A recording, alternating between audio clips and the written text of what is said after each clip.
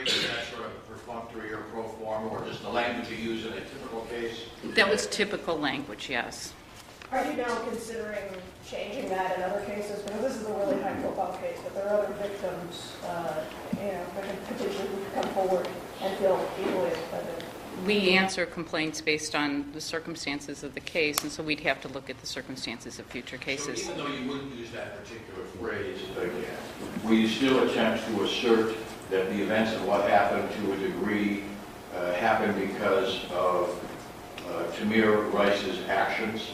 Well, again, that's what Mr. Freeman was asking, the same question.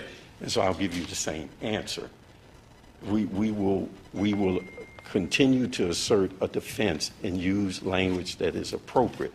Now, that is up for the lawyers to decide as to what that language in particular will be, and it's up to the court to decide whether or not our assertion, or their assertion is correct or not. That is part of the legal process.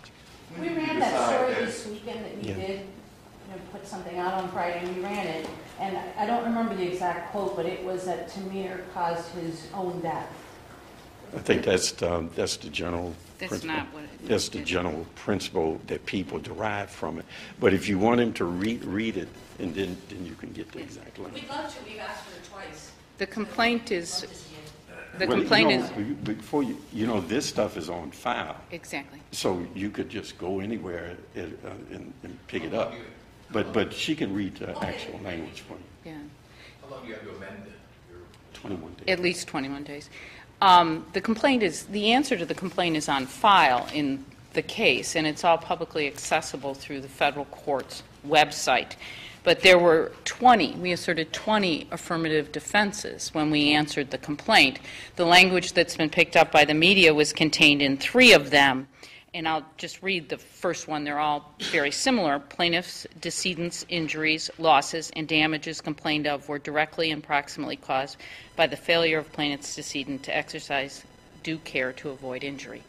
There are legal principles that are asserted in the answer to complaints, and we understand how that can be perceived as insensitive. So the underlying objective here is just to protect the city to the utmost. That is correct. Answers are filed very early in proceedings. There's the complaint and then the answer, and then you move into the discovery process. And that's when true facts come out. So when it's this early, we preserve all of our defenses if we have a basis for preserving those.